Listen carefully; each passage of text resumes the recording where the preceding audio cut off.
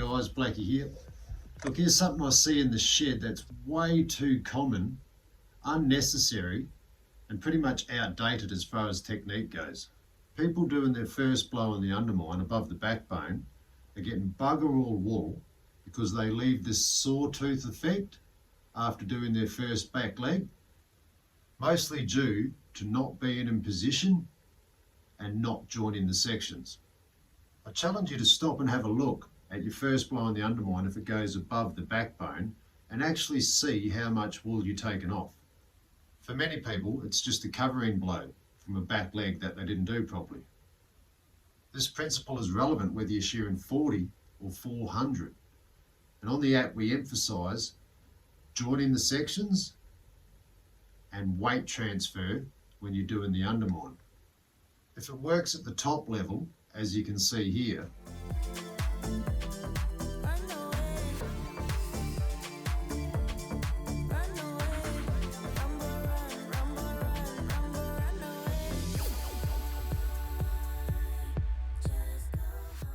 well, why aren't we doing it in the sheds every day?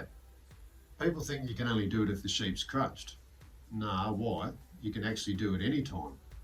Very rarely do I actually do a blow above the backbone these days. And more often than not, there's not a full blow below the backbone either. And all this can be done without reaching or excessive body movement.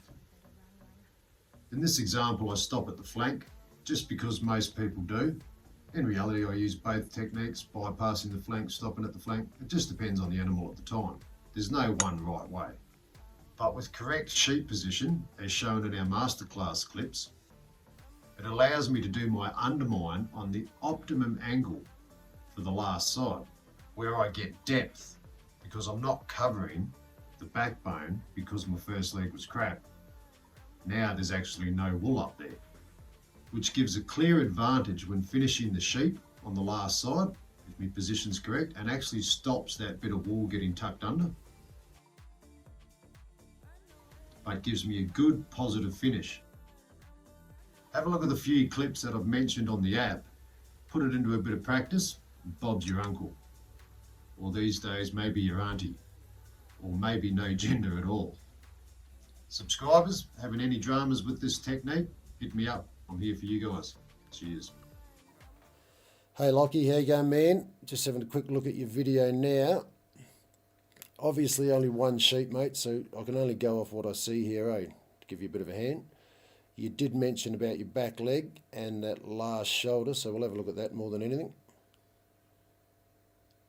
If you have a look here, you said you're not sure how far to go, so your first blow is good. This second blow here, you watch when you come in on the second blow, it actually doesn't follow that first one around, and there's your wedge, man. Okay, that second blow possibly would have been better just coming in and chasing the first one around this corner a bit. So let's have another look at it. See, it sort of went straight on that angle. Your first one was up here, your second one come down on this angle. If that one just sort of dropped the cogs a bit and just chased that first one a bit, you watch here, there's your wedge, That's the bit that got missed. And you'll see here when you head up the undermine, I'll just do it slow so you can see.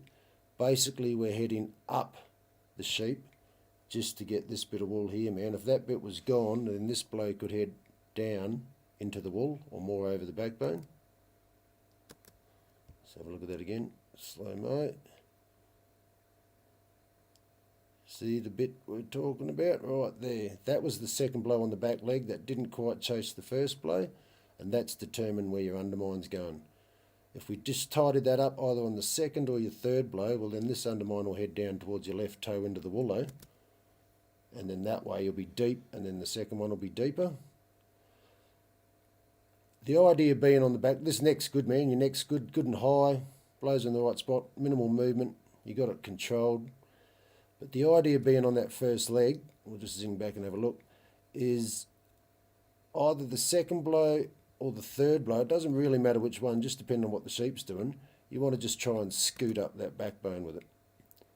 So in this case, the first one goes good into the right spot, the second one's a bit short, probably could have followed it around, or the third one could have come around and covered any mistakes that you made there. and that'll fix up that back leg, men. Footwork's all good, sheep's nice and high. And if you want something else to work on there, Lockie, when you finish that, on a